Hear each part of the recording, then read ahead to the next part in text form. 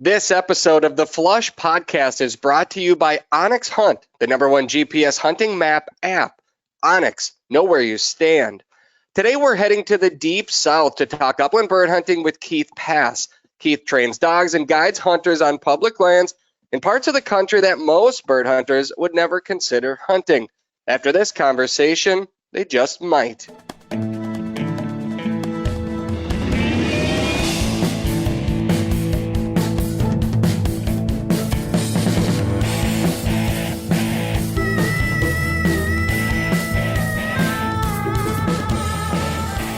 Welcome to another episode of the Flush Podcast. I'm Travis Frank. I'm your host. Brandon Morton is our producer and technical guru. February is here, and that means several more states have closed their hunting seasons just this past weekend. It's a sad time of the year. That leaves most of us, wondering where the hell did the past few months go?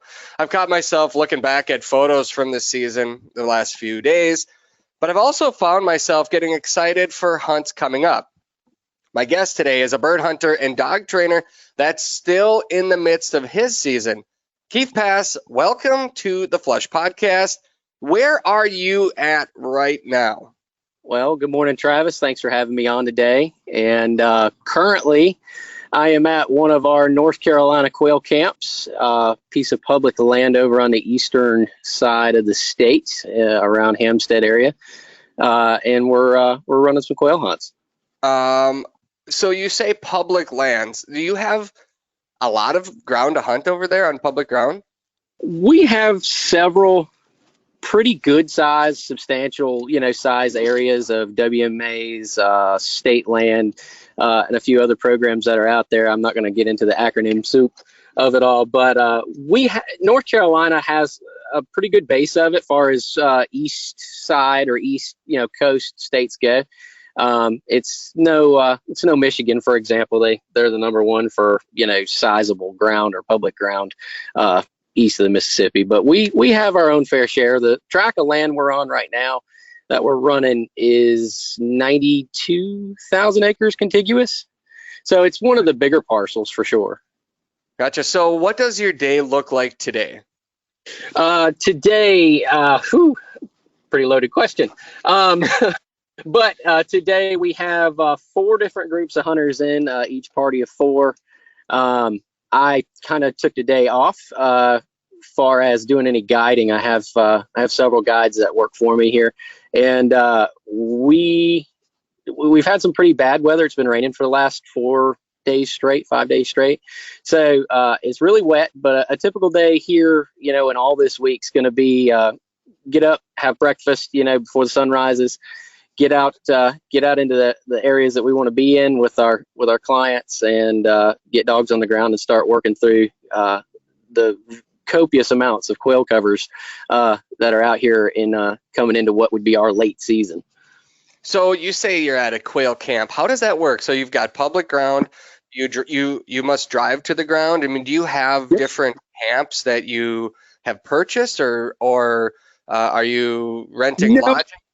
No, we utilize the designated hunter camp areas that some of the North Carolina walk-in areas and WMA type things provide. They usually have a small area that they've cleared of trees and debris to some degree or another, and made it allowable for 14 contiguous days of camping. We run on 2 separate WMAs. One down by the Rockingham area, which it would be west for us currently where we're sitting now, and then this one here. So we run 14 days here, and then we'll drop back and we run 14 days there. So it allows us not to pressure any one area too much, and it doesn't allow us to educate birds too much, even though despite our best efforts, they still do year after year. But also it keeps us in our legal right to be able to use these camps just as anybody that can show up and use them. So, breaking rules is not something we're into. So we try to, adhere to everything. And essentially, the way our camp's set up, we have travel trailers, 26 to 32 feet travel trailers that we bring in. We run on generator power. I bring water in a water tank to make sure everybody stays cool and comfortable. And our hunt packages are anywhere from 1 to 5 days. I handle a lot of the daily stuff. The guys that come in for a day here and a day there. I can't say I handle all of those on top of handling some of the 3-day hunts and 5-day hunts as well. So everybody stays with you then? Yes, yeah, we're all together. So you're a bird hunting guide. You're Yep. in charge of the dogs. You have to feed these people, right? I assume. Yep. Yeah, meals is included. So you're a chef on top of it? I wear a hat with many pins in it, especially this time of year. We'll get into more of that, I'm sure, through our conversation. But yeah, I cook and clean. I do that on top of care of the dogs. That's you are a fairly new bird dog owner, now, so you know what that consists of. Just Right. takes that and times it by on it. Well, we've got 22 dogs in camp with us right now, so take that. 22 dogs. Did I hear that right? Yeah. We maintain at any one given time throughout the year. We maintain 30 adult broke and ready to train or started dogs. Wow. That's what we keep year round. We do a little breeding, not something we hang our hat on, but we do a little breeding when my wife dictates that it's okay to. And then, as you said in the opening there, we also train. So we end up with a lot of client dogs that have bought puppies from us that we train for them, and then they get to go on to their forever home from there. We are pretty much one of the biggest, from my research anyway, we're one of the biggest, outfitter services here in North Carolina that runs primarily on wild birds. I was going to say, because you have to be unique hunting on public lands the way that you operate, because when I think Southeast quail, I think, fancy outfitters on private grounds, probably a lot of released birds. I'm sure that, there's wild birds mixed in on groomed land, but you just don't hear of a lot of people doing what you're doing. I have a lot of questions here, but first of all, where do your customers come from? All over the place. We've had clients come in from Australia to hunt with us. We've had people from Scotland and England come over and hunt with us. I know through some of other podcasts, people in the UK don't have public land opportunities like we do here. So we get people from all over the United States. We handle several different corporate companies or bigger size companies. Won't mention any names, but that send us people from all over the place. There's really no rhyme or reason to where someone's going to come from to hunt with us here or anywhere that we hunt. Yeah, the Southeast isn't just our only place. It's where we spend the most of our time, I would say. But it's not the only thing we do as far as guiding goes. So why do your customers tell you that they choose to come hunt with you versus go to an outfitter? Not to go to an outfitter. Go to an outfitter that has private ground. Why would they choose your hunt versus, a package that's got a fancy lodge on ground that is completely private? Sure. A lot of that from our surveys that we do with our clients, and I ask them that very same question. Well, why did you want to come here versus go to, a plantation down in, Georgia somewhere where you can be on a mule-drawn wagon and not have to walk miles and miles and miles? And the most common answer is that they want the real experience. They want to hunt wild birds. I don't want to be negative towards some of those places, because I've hunted at them. I have and have enjoyed it. But when we set this whole thing up, the reality of being able to own a tract of land in order to do something like what they do in South Georgia, it's just not something that was in our reach. And so we kind of had to go in a different direction with that. And that's where I started looking at public lands, and started to really just do my homework and put my boot leather out there. And I for lack of a better term, I demoed this idea on myself for years. And it's like I tell my clients that come in from all over the place. So if you're willing to stay with me, if you're willing to keep up with me in the field, I will put you on birds. It's just a matter of you wanting to put that effort forward. And that's, most people want that realism to it. They know being on public ground, there's no way to alter that. There's either the birds are 110% wild, or they're not there, or they're just not being found that particular day for various reasons. As you know, being a bird hunter, weather and wind and things, there's variables to it, but that is our number one answer is, because they want to hunt real wild birds in real wild areas. What does a normal hunt look like then for you guys? I mean, what are you seeing on the ground right now as terms of, how many miles you put in, how long are the days, and how many birds do you contact? Okay. Well, we're going to break that question down. Sure. Yeah, I know our normal day starts well before the sun comes up, clients included. I've been a quail hunter. It's my 29th consecutive season, and I'm a firm believer in the morning whistle on bobwhites.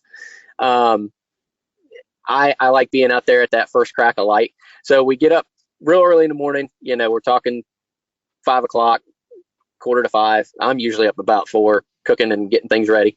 So that's what starts our day. We get dogs loaded up. We get broke up into our groups, and we get into our areas, preferably in the dark. Every now and again, it doesn't work out quite that well, like this morning, but we try to catch that morning whistle where coveys are trying to regroup themselves from being a little displaced over the night, or just kind of doing their normal thing. And then we try to look at what our surroundings are in between us and them, and then we build a plan and then try to make an approach to where, in the event of, I've hunted these birds enough over the years now that I pretty much know where they're going to escape to, so I try to head that off. It very rarely ever works, but maybe that's not a very good attribute to me as a guide, but at least we're getting them found, and we're getting them aired out, and then once we move a covey of birds, we move off that covey of birds, whether we kill a bird or we kill no birds, it doesn't matter. Once we've pushed that covey to the wing one time, we move off. I'm not saying I don't single hunt. What I'm stressing is I don't chase singles down and then try to whittle the covey down to anything. Our season here on bobwhite starts the Saturday before Thanksgiving, and it runs until the last Saturday of February. I've got a long season that I need to have birds for. And if I go around chasing down singles after single after single, I'm not going to have very many birds, not only next year, but for the future. So that's a big thing for us. And now if we're moving off and moving into another area where, we're in good cover, and we're moving towards another covey of birds that I know, the general area where they're going to be at, and we get into a single, or we get into a double or a volley of 3 or 4, and the dogs perform right, and the circumstances are right, we will shoot 1 or 2, but we're not actively pursuing them. We're just trying to get out of their way so that they can go back to their normal life. It does help without educating them so much, and it does help keep our numbers big and strong, which that's something I'm a huge advocate of. Going into another part of your question, on an average day, I just did the numbers yesterday up to last Saturday, and our average day is 10 coveys of birds. It's 10.2 coveys of birds a day. Wow. Even in our late season now, most of our coveys average in size of about 12. I'd say 12 to probably 12 to 15 would be a good, modest, honest number. So, you're looking at 150 to 200 birds in a day. If you counted just birds that come out of the covey times the, a 10 covey day. Like I said, we've had some really wet weather the last 4 or 5 days in a row consecutively. So, our numbers have been a little down. We've been moving 2 coveys, 3 coveys. Last week, we had a couple groups of people that didn't even want to go out. It was raining so bad. So we didn't move any coveys that day. All that, I keep a running stat, a logbook on all that between me and my guides that work for me, to see where we're headed to. Plus, it gives me some pretty valuable data going into the spring. I kind of got a little bit of an idea of what was left over. Mm-hmm. And then I've got some data to help with the biologists and stuff at the state colleges that we work with here that have quail studies and bobwhite quail habitat studies. So I think to me that sounds like really good numbers for public land. I mean, is that normal? Do you guys typically have that many birds, or is this No, a this high? is I wouldn't call it a high part of the season. And not to interrupt you, I apologize. No. But it's not. I wouldn't say it's the highest. Naturally, when you look back at data sheets from the 80s and early 90s, it was much, much, much higher. But in the last 3 years, we've been in a bloom trend. And I don't know if you're familiar with the way bobwhite quail operate to any huge degree or not, but they have this phenomenon, we'll call it, for lack of a better term, called a hatch bloom. And what that is a female bobwhite can breed and produce up to 10 individual nests of eggs in a single season. And what she'll typically do is she will lay her clutch and leave the rooster to sit on them and go breed with another rooster from another covey, or even another rooster inside that covey, and do it again, etc. until up to 10. She sits on the last one. Now, a lot of things, Travis, a lot of things have to come together for that to happen. But if you watch areas like Texas, for example, where Texas, you'll see reports where birds weren't so good. You're finding 5 or 6 or 8, 10 coveys a day, where normally in that same area 2 years ago, they were finding 40 or 50. What that is a bloom. The weather, the moisture, the rain, all these copacetic things have to come together to make that happen. Well, we've been kind of getting that here in North Carolina, but not to the degree of like Texas, where we went from, where each hen's having 10 different nests of babies. What we had came to best that our data can show through all of our spring covey counts and our quail surveys and stuff that we did in the spring and late through the summer as chicks started to develop and hatch. And it's a loose number, but the best that we can figure on is last spring, each one of our adult mature hens produced 3 individual clutches of chicks. Wow. So that's kind of what got us into that bloom. You look at my numbers from last year, and our numbers last year we carried like a 7.4 average day on covey finds, which we thought, hey, this is amazing, because the year before that we were only carrying about a 4.4 or 4.2. So in the last 3 years, there's been an uptick, and we're having a pretty mild winter as far as cold and durationable cold spells for North Carolina. Hold on a second. I'm in Minnesota. What does a mild winter look like for you? We're staying up around the 50s during the day and higher 30s at night. No, that's t-shirt and short. That's a summer day up here, man. I know. Well, for us, if it gets too much colder than that, our birds really have a hard time handling it. And I believe, I don't have a ton of scientific proof behind it, but I believe that it does directly correlate to their breeding habits because they're breeding at this time of year. They're laying in the spring, and I think the colder they are, the less they want to go out there looking for anything because they're trying to conserve energy. Breeding takes energy. Energy is, expended energy is expended heat, and that's not something that they can afford to lose when we, get these, week, 2 week, 3 week intervals of where we're down, in the teens at night and, only getting up into the 40s and high 30s during the day. As you know, quail are the firebirds, so they need heat in more ways than just one, not just for habitat, but to stay alive as well. So that I think has a really direct correlation to the way that they breed, how much breeding actually gets done at this time of year, and then of course that's a direct effect into how many chicks and eggs that you have that spring or that following spring. So we're having a pretty mild winter, wet but mild. And that's the way it's been for the last 2 years, and we're blooming still, mind you. So my forecast for this spring, and I'll know more, of course, as we start doing our covey counts and our surveys come this spring. I'm thinking we're going to have another bloom this spring, as long as we don't get any major water event like a real wet tropical storm that gets over here and just kind of camps out like they're known to do in North Carolina, or worse yet, hurricane. A lot of that way we won't flood out. If we get them like we got this past year, where they were late, so all of our chicks could fly and evade the water a lot better. As long as we don't get them when they're chicks, we should be in pretty good shape to have another really good season. And then I'm forecasting, I'm going to go on record and say I'm going to forecast yet another bloom year for North Carolina and South Carolina. I hunt quite a bit down in South Carolina too, and their birds are up from what I've seen and what I found. So. And a lot of South Carolina's weather is what North Carolina weather is, and vice versa. So a lot of that has to play with what's going on now. I know a lot of people are concerned about, spring rains and moisture and humidity and things. I promise you, in the spring, we have no lack of humidity.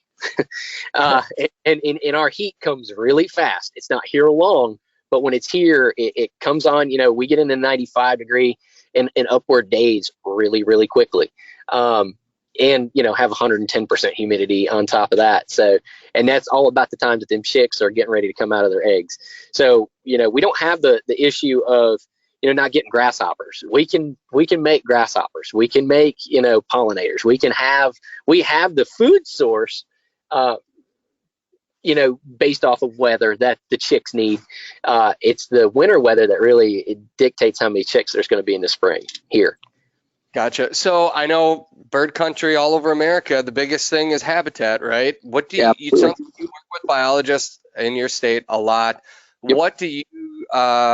What is your state, the natural resources down there, biologists, what do they do to help the habitat conditions for quail? Well, on our public land basis, there's really two areas, and it's both the properties that we run on or ground that we run on that are considered like quail core areas. And with that, it had habitat to begin with that would sustain and hold quail and have a viable huntable population of quail. But we've really focused on these two areas for the habitat improvement. So with that, we do timbering, pine thinning, and clear cutting, a lot of burning, and burning at the right times of year. So we're not burning nests up, we're not burning chicks that can't fly up, things of that nature. We are like our biggest thing with habitat that we're working with the most are those two very things: is the clearing of timber and getting back to a pine savanna and getting a formidable grass base started. Some of the stuff on some of these properties is new due to one reason or another, how government and things work about delegating money to do these type of projects. One thing I did on one of our places, I worked with the board and the biologists there to let it pay for itself. We had I think it was a 800-acre tract of land that could be great quail habitat if we got some of the pines out of it. And North Carolina is a lumber state. Longleaf yellow pines are great for making all kinds of lumber out of for all kinds of building, practical applications. And I said, why don't we take a little bit of funding to get the project started? Once the trees come down, we'll make that money back plus money to fund, fire, food plots, things like that, to start getting these birds drawn into this area. That way we can start getting some of these, bigger coveys of 25 or 30 birds dispersed off and making two coveys out of them. And that was a project that we started last year, and we should be coming to fruition where we'll be able to start burning by I'd probably say by mid to late summer this year. So how does somebody like you get so involved with your state and the natural resources that you can have an influence like you clearly seem to have?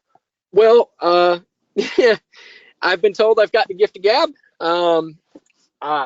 It really kind of started with a conversation no more than what you and I are having. When we, I guess I should say, are in an area and we're running, especially when we're running hunts, we kind of draw this, I wouldn't say unwanted precedents, but we draw precedents. Mm-hmm. And with that, the biologists were out there running around pulling their hair out without any dogs and trying to figure this out and trying to figure that out about quail habitat and things like that. And it just simply, we were at one of the designated hunters camps one evening, and the biologist pulled up, introduced who he was, and said, hey, could I walk with you tomorrow and see, what am I missing? I said, sure. And of course, he asked what we were doing and, how we were doing. And I didn't, hold anything back. And so with that, he kind of put that idea in my head. Mitch, he kind of said, look, why don't you come and talk at our meetings? We host meetings here every year in the spring and then again in the fall. Some of it's, for law changes, season changes. Like our woodcock season is a moving target because it's federally mandated. So, we go over those and harvest limits, things like that. And then we also, they started putting together harvest data sheets on, areas. And I said, well, what about quail? Quail was kind of one of the things that were like, oh, well, North Carolina doesn't have any quail. Don't worry about it anymore type situation. And I've noticed that kind of a pattern all across the Southeast. And I've been real fortunate to say that I've hunted a lot in the Southeast. I grew up in Southwest Florida and quail hunted there. It's, where I cut my teeth at, chasing bobwhites down there, Georgia, South Carolina, North Carolina, Alabama. So I kind of saw that being a wide spectrum thing. And I kept making myself or pushing myself basically into these people's faces to say, look, there's other ways to go about this. We shouldn't forget about quail. Just because you can't go out and find any doesn't mean that's everybody's case. And a lot of it was just they couldn't find quail because they didn't want to put the time in that it took. It wasn't as easy as it was in the early 90s where you could go 100 yards off of a designated road and find 2 or 3 coveys, shoot your limit of 6 birds, and then get back in the truck and go home by lunch. It's not like that anymore. You're talking, we're covering, and this will kind of answer another part of a question that you asked earlier. We're putting 15 to 18 miles a day on sometimes in search of birds. You know what I mean? I know what habitat looks like. So, and I'm a believer, if you spend enough time in the habitat, you'll be productive. It's one of the reasons why I'm not afraid to take my crew of dogs that have never seen a mountain out to Wyoming like I did back in September. And we were successful. We were actually wildly successful. And it took me 3 days to even learn the habitat there. Mm-hmm. So, it's things like that, just that persistency of things that I had done in other states that already had gotten the picture and saw, what we were capable of as quail hunters and as individuals. It just took that persistency to say, hey, look, we can do this better and we can do it affordably. I donate my time, it doesn't cost me anything to go out there and run dogs. And actually I'd rather, because I've got dogs work on wild birds all year long. There's not too many people that get a chance to say that. So that's kind of where that went, and how I got to that stage, just by being there and making myself known and not being the person that sat in a crowd at a DNR meeting, just listening to what they have to say. Mm-hmm. Some people think I'm a loudmouth, but, I get my point across at least. You're going to understand what I'm getting at here before it's over. What does the terrain look like where you hunt? We hunt one region of North Carolina we hunt in is called the Sandhill region, and for good reason. It's a rolling, very mildly rolling area of sandhills with pine savanna flats. We do some food plot projects out there, nothing to any great extent, nothing like you see out west like in South Dakota or anything like that, but we do some of that. We have a really good strong heritage here in North Carolina of dove hunters. And with that being said, we put in a lot of plots for public dove field access. And that was another thing that we kind of said, look, why are you planting just this to, just draw doves in? Why don't we plant some of this and some of that and some of this? And now it's good for all kinds of things. It's good for songbirds. It's good for quail. It's good for doves. It's good for woodcock. I've shot plenty of woodcock off the edges of dove fields because they're in there eating, the worms are eating what we planted, so therefore the woodcock are eating the worms, and that was so that was kind of that's kind of one aspect of it. A lot of open pine savanna is a lot of what you'll see here. Surprisingly enough, where we're at this week over in on the East Coast, it's kind of a lot of it's low ground, so there's these little pockets of water. So water boots are highly recommended when you hunt down here, and that's where the woodcock are as well. So it kind of works out well for us. But yeah, open pine savannas, I guess, is the best way to put it, with some rolling hill topography. No deep gorges or mountains or anything like that. Do you ever run into snakes down there? Occasionally, the worst thing we've ever run into, though, has been a moccasin. All my dogs are snake broke, and I have a snake breaking course that I put clients' dogs through upon their request. I don't worry about them. I never did. You know, people, you hear me talk about going down to South Florida where 6, 7, and 8 foot long rattlesnakes live, and I've never worried with it. I know they're there. I'm conscious of them. That's why I snake break my dogs and snake train my dog. But in the same note, knock on wood, I've never had one bit either. I'm the one that gets bit before the dog does. You've been bit? 3 times, yes. What happened? Yeah.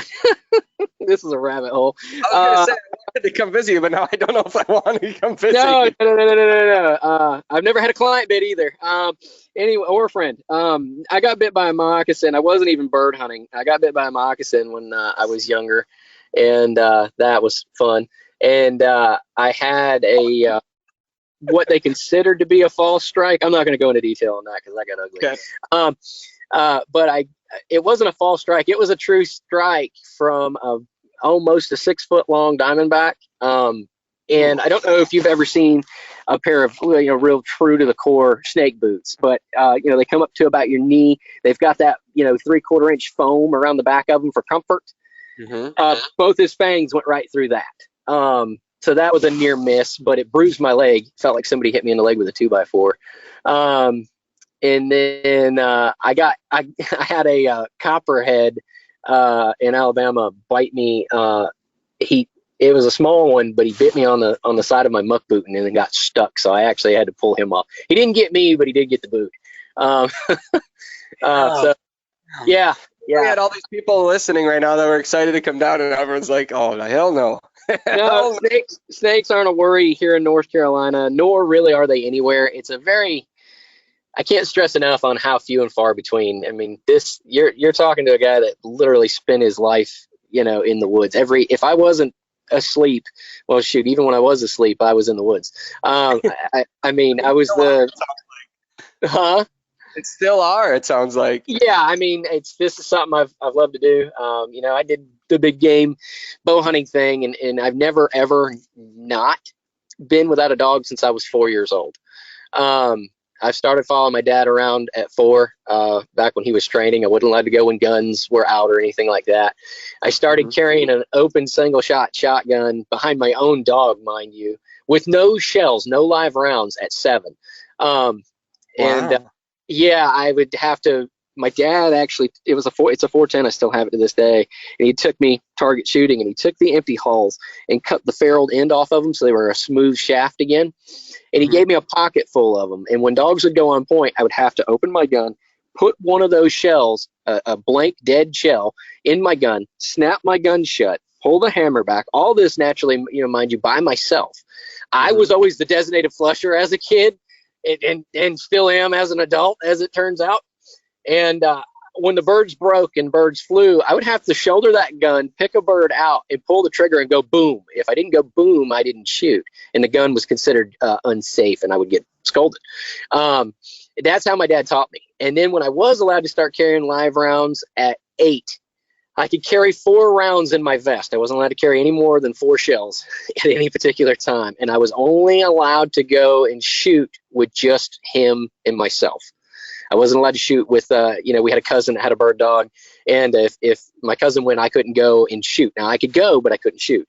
And, as well as I do, once you start shooting, you never want to stop. So that's how I learned. And, I got my first dog at 7, and when we had started, I got an English setter, and I've got a kind of a funny story behind it. We had started field trial, my dad did. And we were at a club dinner. It's kind of like a little banquet for the club, a little fundraiser for the club. And it was a raffle. So everything, scattered out on tables was raffles. You bought tickets and things. And my dad would always buy 2 identical tickets, or amounts of tickets. And he'd give me one, and he'd give himself the other, equal amount. And he'd write my name on one, or I would, and then he would do the same. And he'd go around just being a good club member and would put 1 or 2 tickets in every jug. And that particular day or evening, there was 2 English setter puppies up for raffle, 2 males. And they were 10 weeks old, and I had to have one. So I think there's 25 tickets my dad had bought me. I put all 25 of them in that jar. In the puppy jar. And my dad put one in, again, just being a good Samaritan. Mm-hmm. When they drew, whoever's name they drew first got to pick the puppy. They drew his name.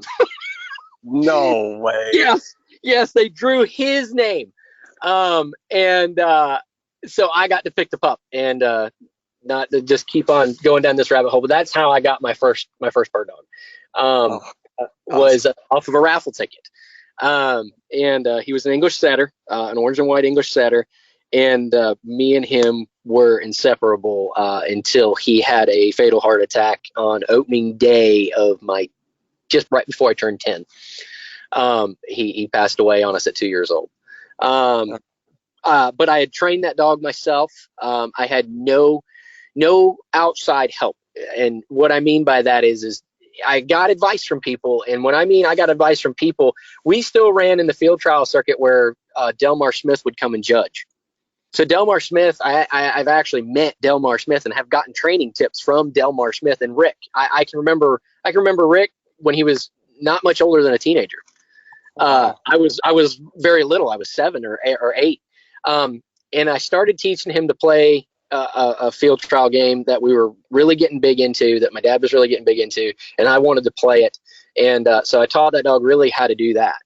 And from there, once I lost him, I got another one. I had gotten a female English setter, and I just I kept in that. She really didn't work out to play the game.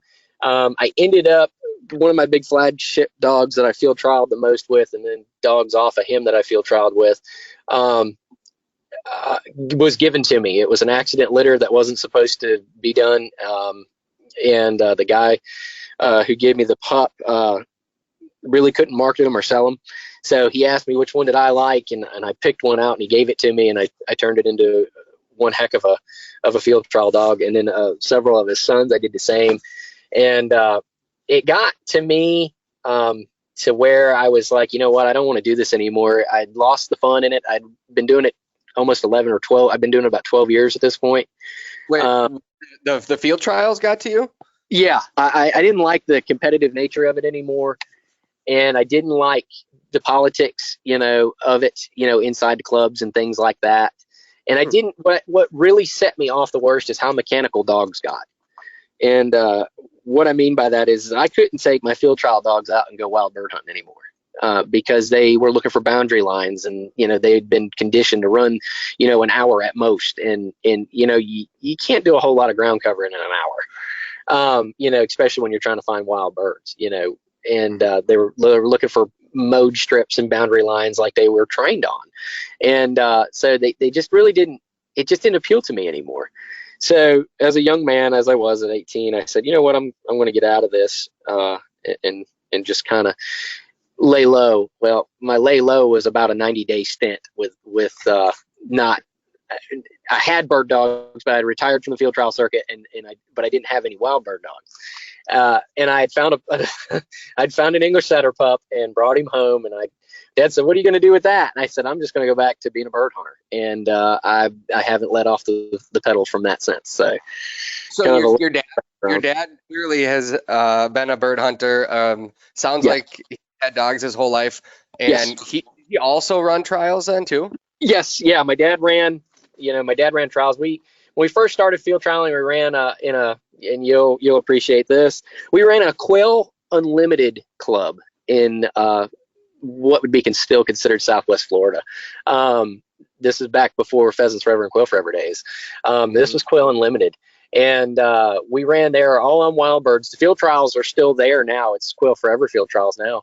I still know the club and still know a lot of the same members that were there when I was a kid growing up, and people that literally have watched me grow up in the bird dog world. Still run field trials there to this day, all on wild birds. You don't shoot or anything like that. You get scored on your fines and how well your dog works and single work and things like that. But they're still ran to this day. Occasionally I go down there and run with them just for fun. That's all it is. It's for fun. You get a ribbon and some bragging rights until the next one rolls around, and it's cool. It's fun to do that.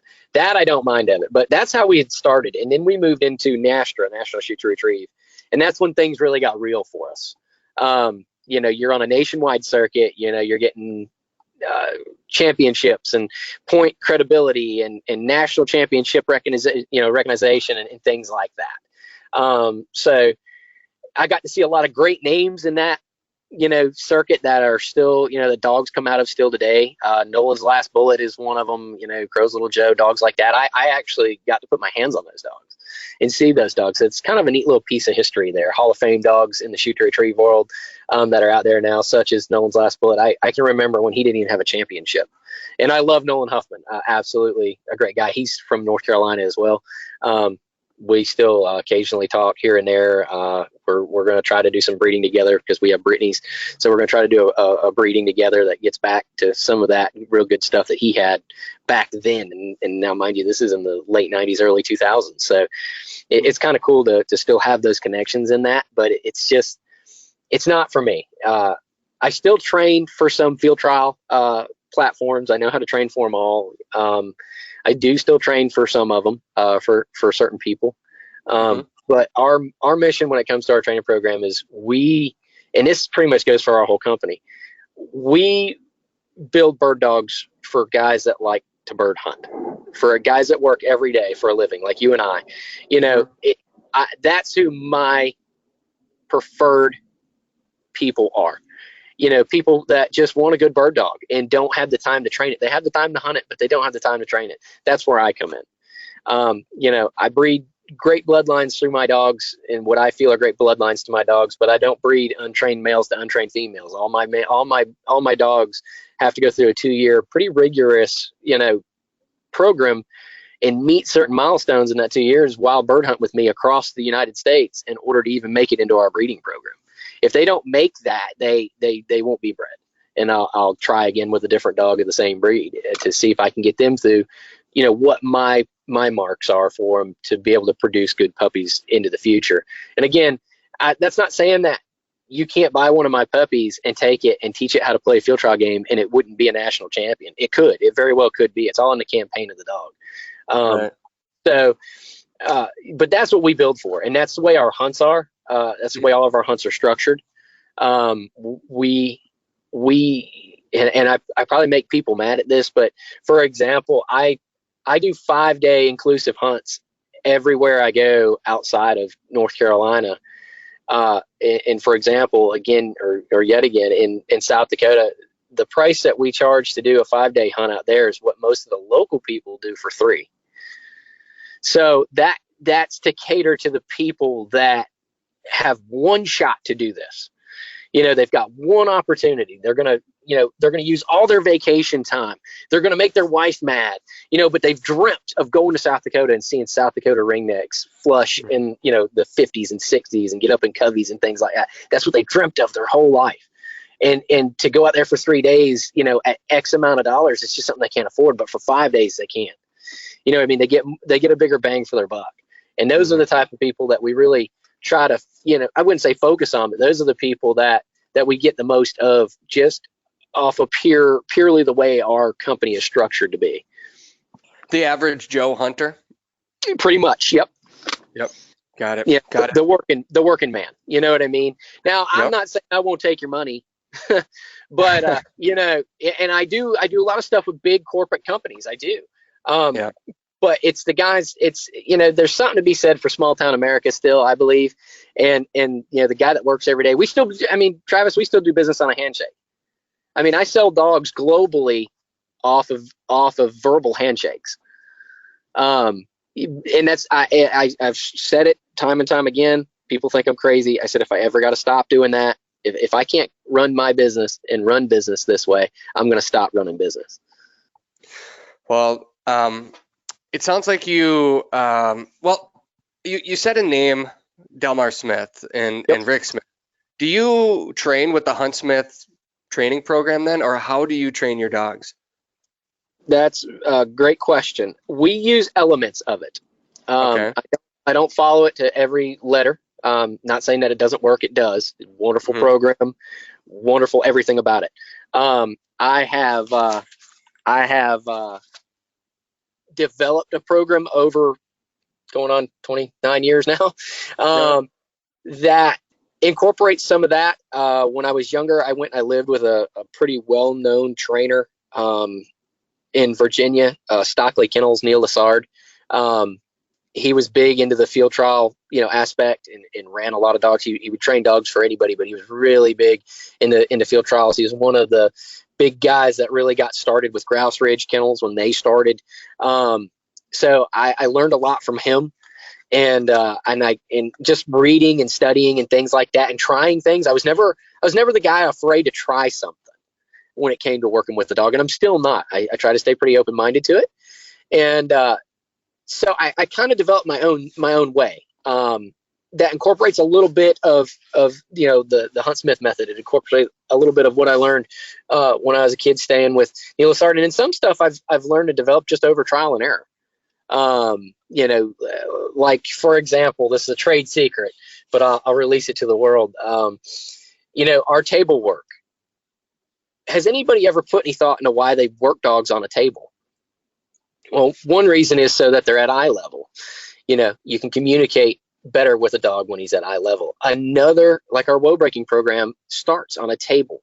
The reason for that is because you can stay ahead of the dog that way. And what I mean by that is put yourself in that dog's shoes. You're on an elevated platform, a table, and you're going to jump down to the ground. What are you going to do before you jump to that ground? You're going to look at where you're going to jump. Well, when a dog stands on that table and he looks for a place to jump to, I can stop him from jumping, reiterate the whoa command, and now all of a sudden that dog's standing there going, whoa, how did he know I was going to jump off the table? You got into his mind. You get into their mind, you stay ahead of them. You stay ahead of them. If you can stay ahead of them, and there's nothing mean or forceful about it. It's just simply staying ahead of the dog. Mm-hmm.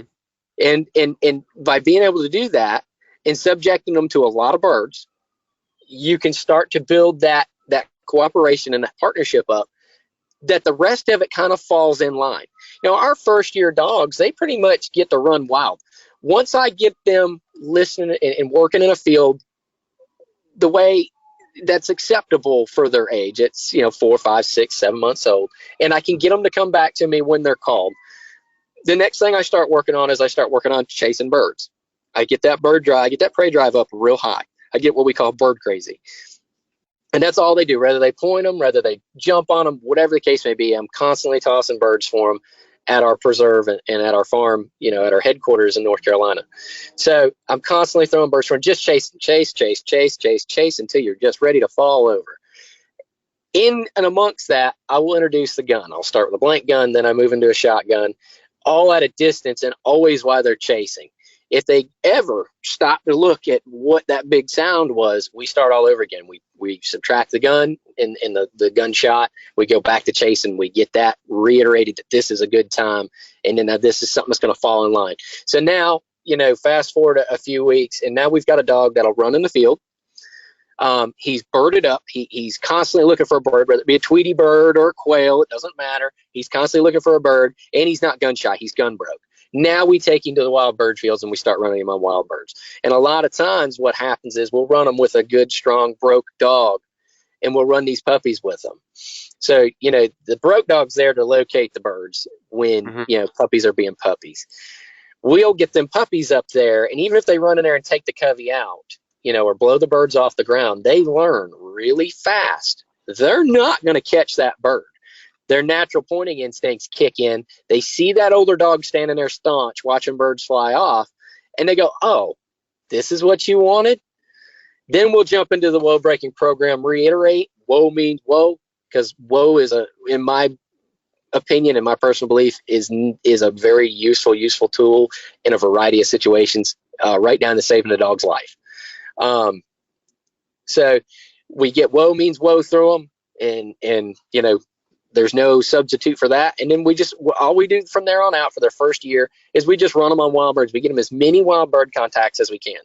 And then you can actually literally see the development of that dog starting to put the pieces of puzzle together. Yep. It's always Travis, it's always easier to go back and adjust something or tighten something. You can always do that. Mm-hmm. If they don't have the drive or the willingness to do it, then what do you have? Right. I've heard hundreds of times this year, you can pull a rope back, but you can't push it. You can't push it, meaning that you want a dog that has that drive, that prey drive. Mine certainly does. I mean, my goodness, I've got a whole season of pulling back because that dog just wants to go. But just spending time in an area that has so many birds. I mean, like if I had one piece of advice to somebody with a puppy that they just want to get their dog, to hunt more and hunt better, just invest in a trip someplace where there's a lot of birds and just let that dog spend time with wild birds and learn.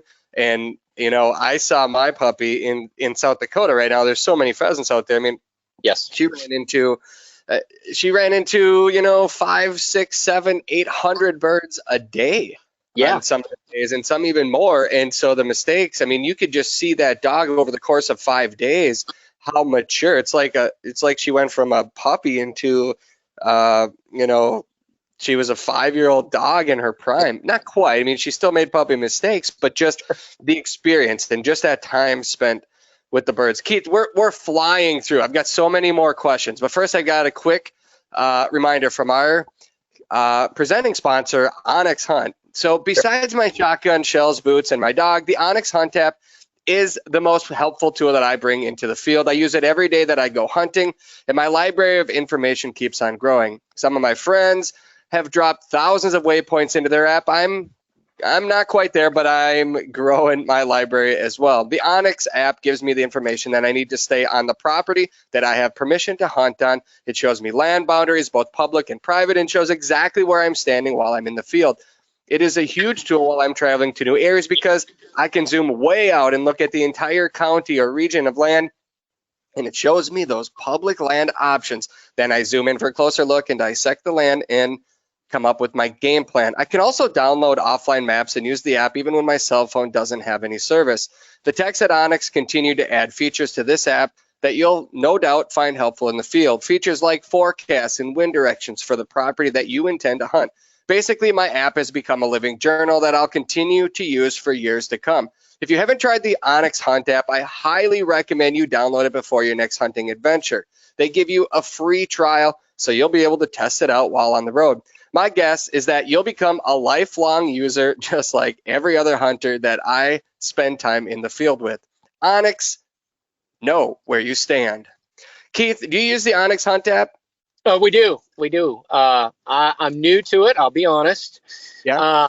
I'm very new to it. I wouldn't say I fought it off for years, but I didn't jump right on board. But I will honestly tell you, I'm a fool for not getting involved with it sooner. I love it. I really do. Something that we'll probably talk more about, but we hunt and guide in a multitude of states, all over the country. Where do you guide? Oh, had to ask that question. Well, North Dakota, South Dakota, Montana, to start off a couple. Texas, Kansas, Oklahoma, Arizona, Florida, Georgia, North Carolina, South Carolina. We're hoping to open up Michigan this upcoming season, and we're hoping to not to step on Patrick Flanagan's toes too much, but we're hoping to move into Arizona a little bit too. That was kind of a brainchild that we came up with a few years back and rolled it out, for lack of a better term, and it just took off like wildfire. So much to the point where we're in the process of buying a place in South Dakota to start our own lodge, to have our own lodge in South Dakota, and kind of use as a base camp to go to North Dakota, Montana, those areas. And going back to what you're asking about the Onyx is, man, that thing is so useful when you step off into Wyoming, for example. You've been there. I've seen the show, not to, throw a bunch of fame at you, but I have. I watched the episode, and actually part of watching your episode is what really finally drove the nail in the coffin for me to go. personally, myself, you know what I mean? I have guides that are running out there. I knew about it. Everybody told me, man, you're crazy. You need to get out here. And I'm like, yeah, I'm from, the East Coast. Mountains and I, we don't get along. They're cool to look at when you drive by, but I'm not walking in a mountain. And I really, really, oh man, it was such a dream trip for me. And after seeing where you guys were at there, on the episode, I was like, yeah, nah, I'm going. And anyway, you're not the first person that's told me that. I'm glad to hear it. But we used it because, I would use my phone and things like that. And that's what made me go buy OnX and subscribe, because I'm like, I've never been here. First of all, I know in some areas in the center part of that state, in some of the counties like Washakie County, it's very intricate between private and public lands. It's a very intricate woven web. And if you don't have something, and you don't have cell phone service, you don't even have radio service in your car or in your truck, nevertheless have cell phone service. I needed something that I knew I could at least find my way around. So I dusted off my old GPS that I had, my old Garmin GPS. I blew the dust off of it and was able to upload OnX to it. And that really was make it or break it for us. I have waypoints out there now, and then some other guides in the area would send me waypoints through my phone because I have the app on my phone as well. And I was able to transpire when we would be back in town and I had enough cell service, I could download them into my GPS and then we could go find them. And we had an incredible time out there. It was absolutely fantastic. And slightly unfair to the birds in some ways because you can share that information and it never goes anywhere. You always have those coordinates. You know that there was a covey of birds here at one time. There may be another one again. That doesn't change no matter where you hunt. If it's Minnesota, Georgia, Arizona, Wyoming, anywhere. I swear by the thing now. I mean, I absolutely swear by it. I mean, I swear by it like I swear by, my Pheasants Forever and Quail Forever memberships. I mean, I swear I live and die by that thing. That in my Garmin, gear on my dogs. I swear by that too. So, yeah. Well, we appreciate your support for conservation. I mean, I think most people listening here would agree that it's super, super important. So we appreciate that. Thank you for that. So when you say that you guide all over the country, right now you're at a quail camp in North Carolina. How do you decide where you're going to be hunting? Well, we kind of chase the season. And what I mean by that is, you have 7 or maybe 8 states now that, prairie grouse season opens up, September 1st out that way. And then consecutive seasons or other species seasons fall in line right behind that. And that's really what kicks the companies, that's our kickoff party is September 1st, where a lot of people here in North Carolina are dove hunting and as they are in a lot of other places in the country. I've got the last week of August, I've got guides, headed out west to be there, to kind of do a little scouting and be ready to start catching clients as they come into sharptail hunt or prairie chicken hunt. And then, I keep using South Dakota as an example, but it's kind of one of the easier ones. We start out there on sharptails. And then we work sharptails and prairie chickens. And then, by the time we're really kind of, I guess for lack of a better term in hunts, getting a kind of a belly full of that, what opens up? Pheasant season. You've been to South Dakota opening week of pheasant season. You know what it's like. And that carries. I mean, that carries, especially now that they've increased the limit and increased the season. So we chase those seasons as they start to fade and go out, as the situation is where you are now. They start turning back on, they're still running as you move further east. So we start in the west and we chase it all the way back east. Now, there's a few exceptions to that rule, sage grouse being one of them. They have a maximum of a 7-day season. So, you got to kind of target that. But, the rest of Wyoming, for example, is wide open starting September 1st and stays open into January. So, there's a lot of opportunity there, when it comes to like quail.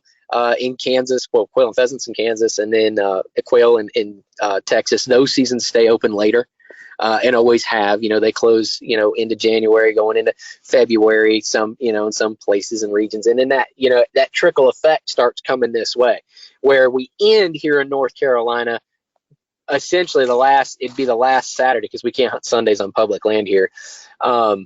We end the last Saturday of February here. Okay. Some of my guides drop off and 4 more weeks left. Yes, yeah, we still got 4 more weeks. So some of our guides, as they move back east, as it were, they drop off and spend the spring and summer, getting back to their normal life. They've been on the road for 6 months, so now they're trying to get back on the road, or get back to normal way of life, here at home. And some of them have jobs during the spring and summer to carry them through and things like that. So you have that. Some stay with me, sir. Oh, I'm sorry. How many guides do you have? It can be upwards of 9. Okay. At a time. And ever growing and ever evolving. I unfortunately can't be everywhere at one time. Right. As much as I like to be. And that's not counting myself. Or my wife. My wife guides for us too. Really? That's fantastic. Yes. Yeah, my wife has her own string of dogs that she runs. She has a couple of Brittany's, an English pointer, and a couple of German short hairs. And it's a conversation that I'm going to have with Mr. Ronnie Bain, but she wants a Bracco Italiano. That just got laid on me a couple of weeks ago. But fantastic. Yeah. So she guides. Primarily, she sticks around here. She doesn't do a whole lot, but as far as guiding goes, but she really is the backbone. My wife Dana does all of our social media stuff. So if you look at our Facebook page and our Instagram and all that stuff, it's me as like the face of the company, but it's her who's posting it. She's the one coming up with these neat sayings and taking phrases from other professional trainers and things like that. That's all her. She handles all of our breeding program, right down to what male is going to get bred to what female and when.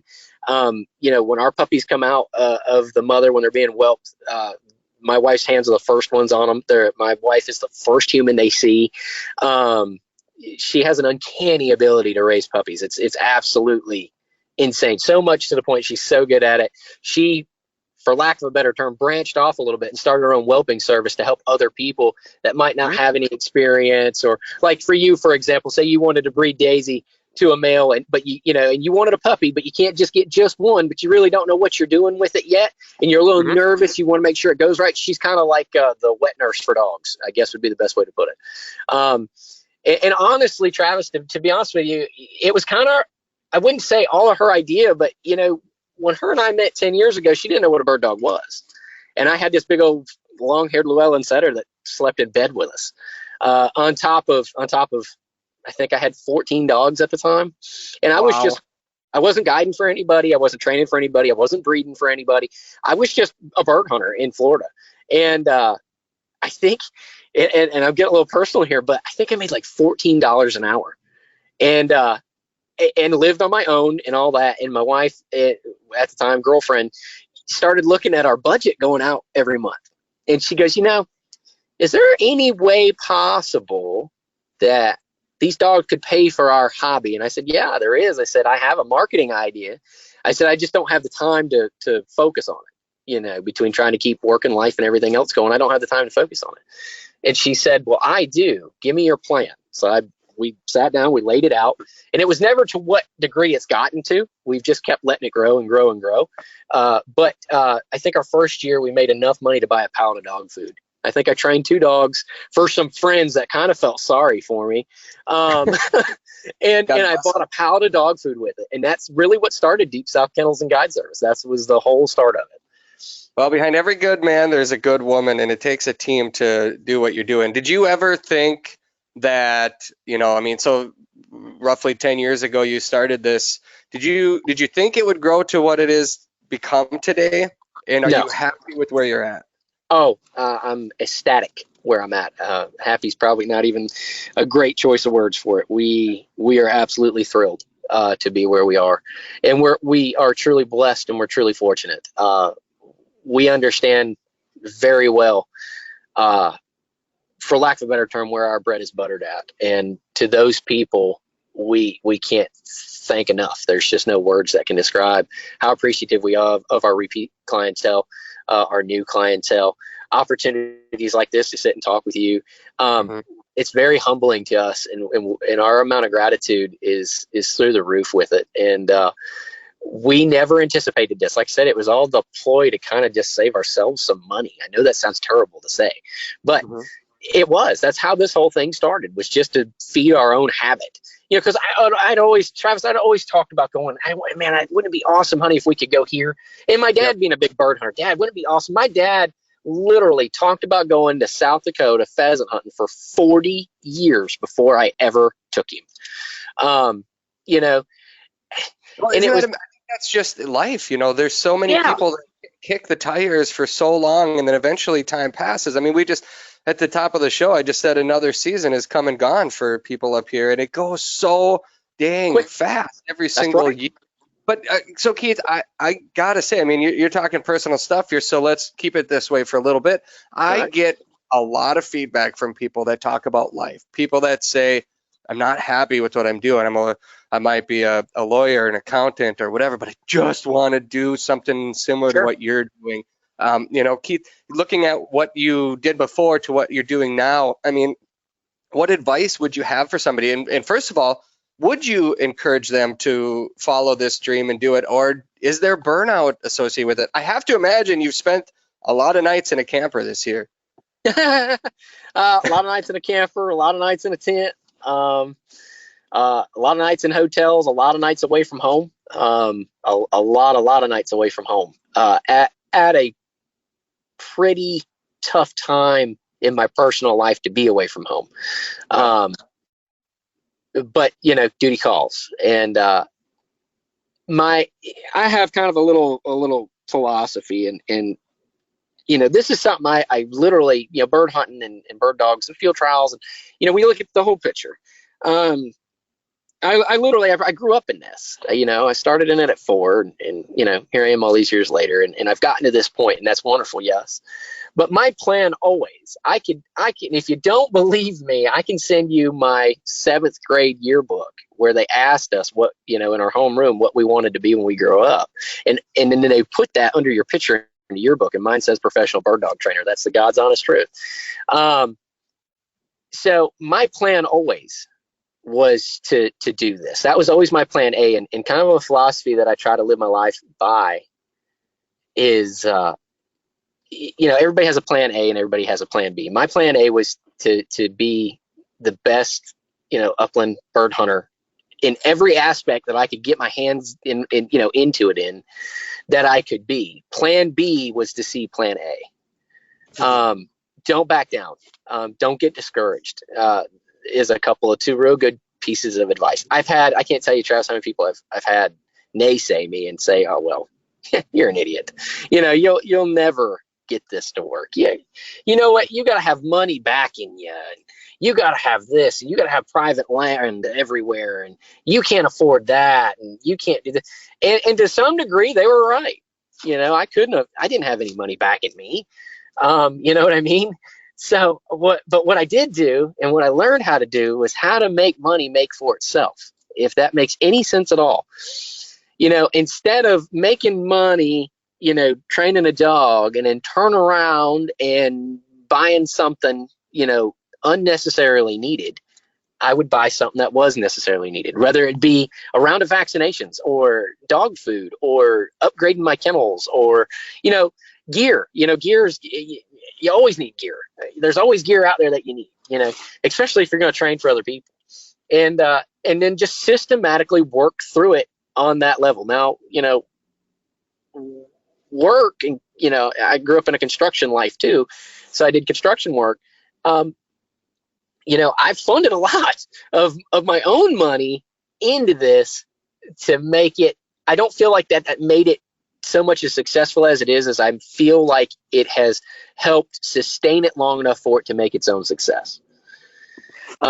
If you can do that, and I talk to a lot of people, Travis, about conversations not much different than what you and I are having, and they're big, and people that have bird dogs, and maybe don't have so many opportunities as like you and I do to go to Wyoming or Montana or North Dakota or places like that, but always had that want to, and they have a fear about it. They don't want I don't want to drive all the way out there and then not find any birds. Right. Well, you're only going to get out what you put into it. If you've got confidence in your dogs and you do a little research, I mean, like we were talking before we started, the technical world out there and the information that's out there nowadays, to learn what habitat looks like for any particular species of upland bird you want to go chase. It's there. Do a little research, print out some pictures and fold them up and put them in your hunting vest. That way, when you're out there walking around, you can pull that picture out and go, oh, look, this is, snowberry, or this is, blue stem, or this is that, or this. Do the little bit of due diligence that it takes. Drop the fear at the door. Put your dogs in the truck. Get there. Put your dogs on the ground and follow them. And like I said earlier in our conversation, I'm a believer in if you will find a habitat and spend time in that habitat, you'll be successful. So there's no need to be afraid to go try it. Yep. That's where I kind of hurt myself there, on a business standpoint, because that's my whole thing. I know the habitat. So being that I already know it, you have that comfort level to pay me to take you to this area. You see what I'm saying? But if somebody came to me and said, Keith, I want to be you and I want to do what you do, how do I do it? That'd be some of my best advice right there, is just don't be afraid and don't back down no matter what anybody says. It's not an easy road. It's not. And there's plenty. You got to have a very understanding wife, which I do. And I know you do as well. And most bird hunters do. Traveling bird hunters do anyway. And so that helps. It's hard to do it with just one dog. I think you're kind of, getting a little glimpse into that. A lot of things can happen to dogs, out there. And when it's just you and a dog, you don't have somebody with dogs with you, you can go from having a fantastic hunt to a really bad hunt really quick. So Try to enable yourself to have more than one dog. 2 dogs is sustainable, because you always have a backup plan if one goes down on you for whatever reason. I mean, for example, I carry probably 12 dogs of my own personal dogs everywhere I go. And this year in Wyoming on day 3, I had 5 out of the 12 with blowed out feet. So it can happen quick. Well, so that took my whole fleet in half. Just to wrap up that, the conversation about, following your dreams like you have and others that have the same aspirations. I mean, you can go back and probably say the hardest things in life tend to be the most rewarding. Absolutely. And if you work hard, you can achieve those dreams, and you're proof of it. Let's wrap this conversation up here, Keith. One last thought. People, a lot of hunters have one trip a year maybe that they really look forward to going on, and it might be a South Dakota pheasant hunt, it might be Montana, something like that. If they would say next year or even yet this season, I want to go hunt public land in North Carolina for quail, how would you describe that experience to them if you can sum it up? To sum it up the best, it's do your homework. Feel free to contact and reach out to me, and I'll happily point you in the proper directions and get you in touch with the proper channels. Don't come here to expect to shoot a limit of birds every day you're here. Be thrilled that you find birds. Be thrilled that you got that opportunity to shoot at birds. Be thrilled that you harvested birds, whether it be a limit or not. Just don't set your expectations too high. That way there's no letdown when you get here. I talk real highly about it, but again, I'm not here for 5 days. I'm here for the entire season. There's a big difference in that. And if you're going to come for a 5-day trip or a 10-day trip, whether you come with me or you come on your own accord, either way, just kind of have your expectations set a little low. That way you get a bigger payoff. It does sound, though, Keith, from what you're telling us, it does sound like this type of a hunt, or this hunt with you, belongs on the list with these other destinations, right? It does. It does. But there's a lot of work that goes into it. There's not a whole lot of people that will give up their spots. Anyway, the old trade secret, but I will. I will because, they're not mine. They're ours. They're everybody's. But with that being said, there's not a whole lot of people that get to go and work with biologists and, see things, go find radio collared and GPS collared coveys. There's not a whole lot of people that have that privilege, and I do. Now, that's not saying that I go out there and hunt with a radio collar, because I don't have one. I'm not allowed to. It's illegal. But when we're doing studies and things of that nature, I do get to be in those areas that made me go, I've been quail hunting all my life, and I never would have dreamt there'd have been quail that live here. Mm-hmm. So now I know that's another piece of the habitat, another piece of that puzzle that I can utilize to be more productive when I am hunting. And you know, so there's I guess, for lack of a better term, Travis, there's a few tricks to the trade, you know, by doing this. But I can, what I tell all my clients is, and yeah, like our day clients is, well, what can we expect, you know, today? And I said, well, I can guarantee you will see a wild covey of quail. I can guarantee that. I can't guarantee anything other than a hot lunch after that. So you know, and again, it's all in what you put into it. If you're willing to roll with me and stay with me, you know, and get up there when dogs are getting birdie, get up there when dogs are on point, you know, we can have a tremendously successful day for, you know, what people have now considered the Southeast to be, which is a lot of preserves and like you said earlier, planted birds and things like that. And there's just one little thing that I wanted to touch on real quick, if you don't mind, Travis, before we end.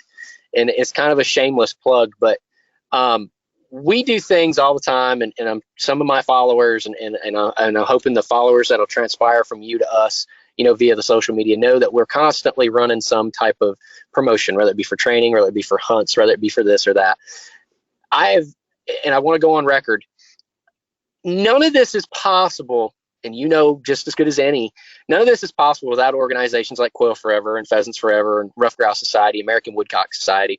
So what I've executively decided to do this year for the 2021 and 2022 season, and this is a tryout, this is my rollout right here, I'm going to try it, and if it works, I'm going to keep it, is for every hunter that comes and books a hunt with us this 2021 and 2022 season, no matter where we're at in the United States, I'm going to donate $25 per hunter to the conservation club of their choice.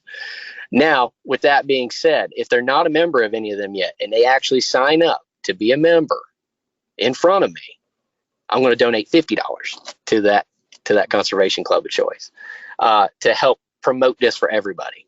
It's kind of a shameless plug, I know, but this needs to be around. It's very admirable. Where do people find you on social media? Social media is Facebook and Instagram. It's kind of complicated a little bit, not bad. It's Deep South Kennels and Guide Service, but it's the ampersand. Don't type the word and, use the ampersand, and that'll get you to either one of our pages, which you can drop us a message there. Our website's down right now. We're rebuilding it, reconstructing it. Or, you know, I can throw a phone number out for you too, if you'd like me to, Travis. You can call me directly, text me, you know, whatever you want to. I can be reached anytime at 919-896-4585. And I'm always down to talk, you know, even if you just want some advice, you're going somewhere that you might see that I've been, and you want some firsthand knowledge of what I experienced. Mm-hmm. I don't claim to be an expert at any of this. You know, I spend a lot of time in it, and I think that's where a lot of our stuff comes from. You live it. You absolutely live it, and that's the biggest thing. A lot of people don't have that opportunity to live it, to be immersed in it. You are, and my hat's off to you for following your dream and making it a reality. It's the American dream, right? Yeah, exactly. That's exactly what it is. We've got a lot of big things coming, which we won't go down that rabbit hole, but we've got a lot of big things coming that I want people to tune in for, to see. I'm hoping my little rollout plug that I just did there really comes to a big fruition. I really want to see that turn into something, because without these organizations, we won't have what we have. And it's so important. I mean, everybody comes on the podcast and everybody talks about how important conservation agencies are. You know, when you've got a group of people that repetitively say the same thing, well, there's something to that. And I'm one of those people, you know, and so I'm hoping that comes to something for everybody, because it's not just going to it's not to benefit me in any way, shape, form, or fashion. It's to benefit all of us, you know, and that's, you know, I'm smart. I'm lucky enough. I wouldn't say smart enough, but I'm lucky enough to be able to utilize public grounds in a way that, you know, has given me this life. But that's not something that's lost or forgotten on me. And I can't drive that home enough. We appreciate you taking the time today. I hope continued success for the rest of your hunting season this year. And again, Deep South Kennels and Guide Service, that's where you can find Keith, but you won't find him probably anywhere but the woods for, it sounds like, the next 4 months. Or 4 weeks, I should say. Next 4 weeks, we're booked solid. So unless you're going to come down, if I can twist your arm and get you out of the frozen north, we can get you down here and get you on some quail. I'll make special reservations to be able to get you down here. If not this year, you need to bring that little dog. Yeah, you need to bring that little dog, and you need to come down here next year and have a good time with us. All right. Well, I'm very intrigued now from after this conversation. So we'll keep in touch, and I would love to be able to come down and hunt with you someday. Appreciate it. Yeah, man. Anytime. You and your whole crowd, anytime. Send that invitation to Bill and Ron as well. I'll do it. Once again, thank you to Onyx Maps for helping us to make this show possible. Be sure to download the Onyx Hunt app before your next hunting adventure to find out why it's one of the most valuable hunting tools available today. New episodes of the Flush Television Show are being uploaded each week to our YouTube channel. Stream each episode in its entirety from home or on the road or from your camper in North Carolina in Quail Camp. Absolutely. There's a lot of hunters that they watch the shows after the hunt, and it's cool to hear that kind of feedback. So thank you. Thank you for joining us on this podcast. We'll be back next week with another episode of the Flush Podcast.